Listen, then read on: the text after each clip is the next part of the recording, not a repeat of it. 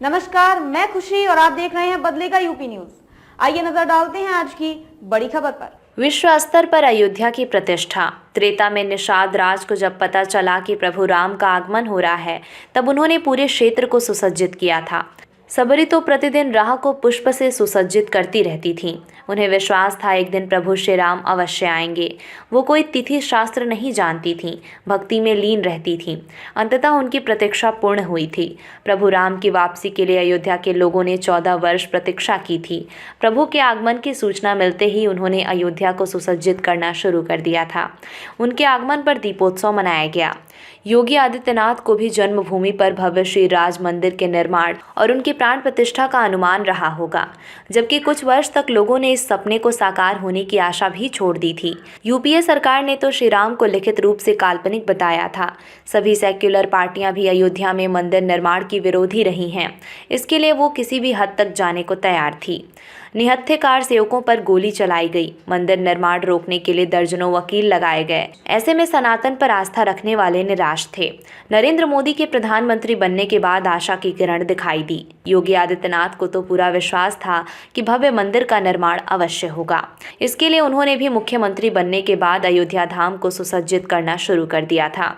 भव्य दीपोत्सव के साथ उन्होंने इसकी शुरुआत की। इसके प्रकाश से अयोध्या की उदासी का अंधकार दूर होने लगा था।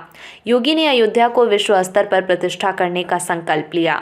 उसके अनुरूप कार्य योजना बनाकर उसका क्रियान्वयन सुनिश्चित किया। अयोध्या का कायाकल्प शुरू हुआ।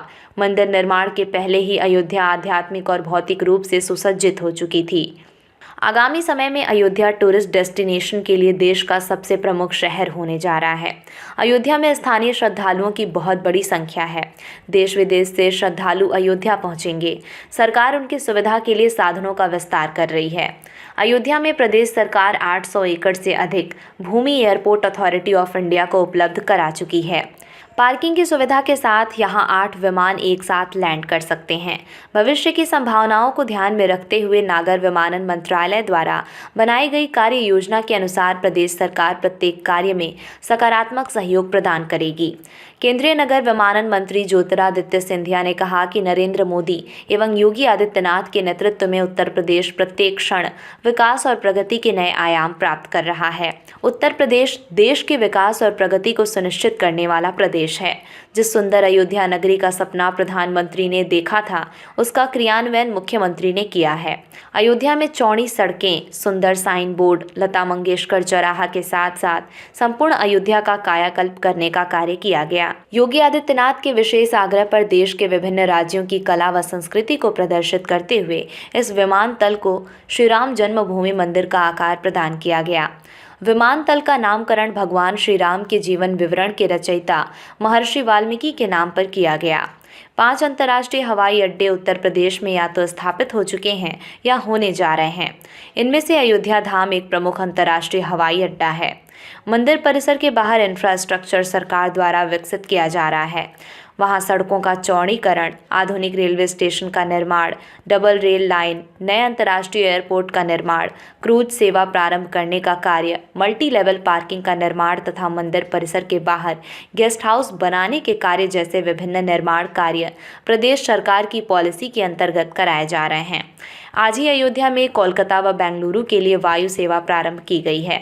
अब तक अयोध्या को 5 महानगर दिल्ली, मुंबई, अहमदाबाद, कोलकाता व बेंगलुरु के साथ हवाई सेवा से जोड़ा जा चुका है। ये कार्य निरंतर बढ़ता जा रहा है। अयोध्या में पंचकोसी, 14 कोसी व 84 कोसी परिक्रमा भव्य रूप ले रही है। वहाँ के आश्रम व अन्य महत्वपूर्ण तीर्थ स्थलों को सजाया व संवारा जा रहा है। पूरी अयोध्या एक नई अयोध्या के रूप में स्थापित हुई है।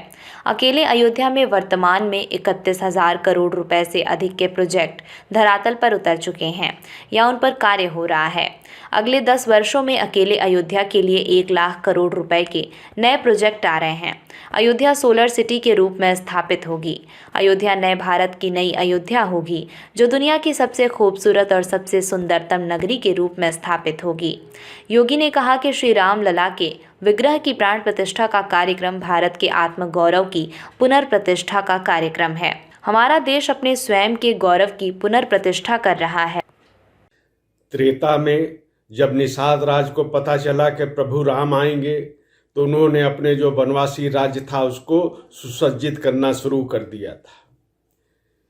सबरी तो निरंतर प्रभु राम के आगमन की प्रतीक्षा कर रही थीं, प्रतिदिन वो राह को संवारती थीं, सजाती थीं और उन्हें विश्वास था कि प्रभु राम आएंगे। 14 वर्ष के वनवास के बाद अयोध्या जब प्रभु राम वापस लौटे तो अयोध्या वासियों ने भी दीपोत्सव मनाकर अपने प्रसन्नता को अभिव्यक्त किया था। योगी आदित्यनाथ जब मुख्यमंत्री बने तो ऐसा लगता है कि उन्हें भी विश्वास था कि प्रभु राम आएंगे। त्रेता युग नहीं है, हम लोग कलयुग में हैं और हमारे लिए राम के आने का मतलब है कि जन्मभूमि पर भव्य मंदिर का निर्माण होना और वहाँ पर प्राण प्रतिष्ठा होना, यही हमारे लिए उत्सुकता का आनंद का विषय है और इसीलिए चारों तरफ गूंज रहा है कि राम आएंगे, राम आएंगे। और इसी भाव से मुख्यमंत्री के रूप में योगी आदित्यनाथ ने 6 वर्ष पहले ही अयोध्या को सजाना संवारना शुरू कर दिया गया था। 6.5 वर्ष के पहले की जो उपेक्षित अयोध्या थी, उदास अयोध्या थी, राममय तो थी ही सदैव, लेकिन इसके बाद भी वहाँ पर एक प्रकार की उदासी को देखा जा सकता था। जो लोग अयोध्या गए होंगे उनको ये अनुभव भी हुआ होगा। लेकिन मैं जो समझता हूँ कि जब योगी आदित्यनाथ ने पहली बार वहाँ पर भव्य दीपोत्सव का आयोजन शुरू किया तो अब वहाँ पर जो उदासी का जो अंधकार था वो दूर होना शुरू हो गया था और एक तरह से अयोध्या को भव्य दिव्य बनाने और सुसज्जित करने की जो संकल्प यात्रा थी वो चल पड़ी थी।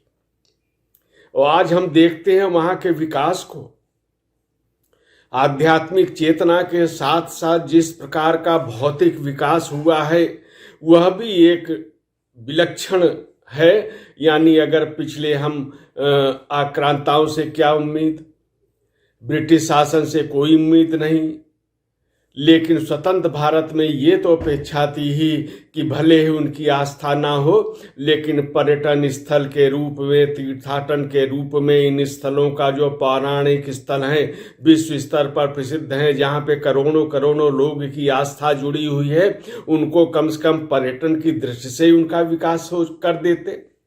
लेकिन इसके प्रति भी उनको संकोच था कि कहीं उनकी जो ये सेकुलर पॉलिटिक्स है, वोट बैंक की पॉलिटिक्स है, वो प्रभावित ना हो जाए, इसलिए इनको उपेक्षित छोड़ दिया गया था। आज जो अयोध्या हम देखते हैं तो प्रभु राम के आगमन पर, जिसको मैंने पहले कहा कि प्रभु राम आएंगे हम लोग कलयुग के लोगों के लिए, वो राम आ रहे हैं और 6.5 वर्षों से अयोध्या को सजाया संवारा जा रहा है। ये भी एक अच्छी बात है कि इस समय डबल इंजन की सरकार है, केंद्र में नरेंद्र मोदी हैं, आस्थावान हैं, सनातन के प्रति कुछ भी कहने में उन्हें रंच मात्र भी संकोच नहीं होता है।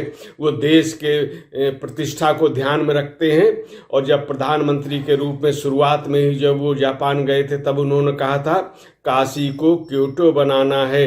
इसका मतलब ये था कि काशी तो काशी रहेगी ही, लेकिन उसका विश्व स्तर पर पर्यटन की दृष्टि से, तीर्थाटन की दृष्टि से उसका विकास करना है। जैसे अन्य देशों ने अपने जो स्थल हैं आस्था के, उनको विकास करके दिखाया है और वहाँ की अर्थव्यवस्था में जुड़ गए हैं।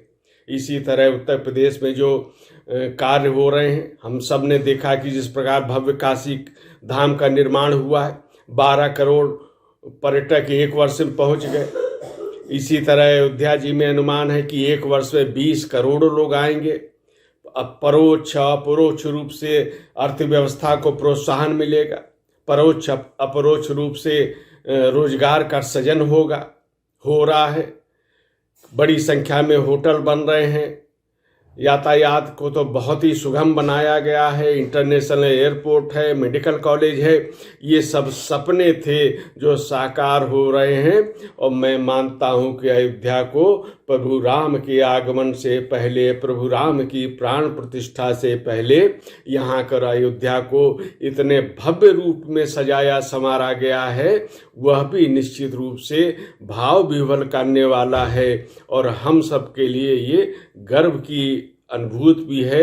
योगी आदित्यनाथ ने अपने संन्यास आश्रम के साथ साथ मुख्यमंत्री पद के संवैधानिक दायित्वों का जो निर्वाह करके अयोध्या को विश्व स्तर पर प्रतिष्ठित करने का कार्य किया है, विश्व स्तर पर सुविधाओं का यहाँ पर उपलब्ध कराया गया है, वो निश्चित ही उसकी प्रशंसा होनी चाहिए। और ये इसका पॉलिटिक्स से, वोट बैंक की राजनीति से इसका कोई लेना देना नहीं है। और इसलिए इसको बहुत ही सकारात्मक विचार से, भावना से देखने की आवश्यकता है। खबरों में अब तक के लिए बस इतना ही। फिर होगी आपसे मुलाकात ऐसी ही एक बड़ी खबर के साथ। तब तक के लिए नमस्कार और देखते रहिए बदलेगा यूपी न्यूज। अगर आपको हमारी वीडियो पसंद आई हो तो हमारी वीडियो को लाइक करें व शेयर करें और ऐसे ही लेटेस्ट अपडेट्स पाने के लिए हमारे चैनल बदलेगा यूपी न्यूज को सब्सक्राइब कर बेल आइकन को जरूर प्रेस करें।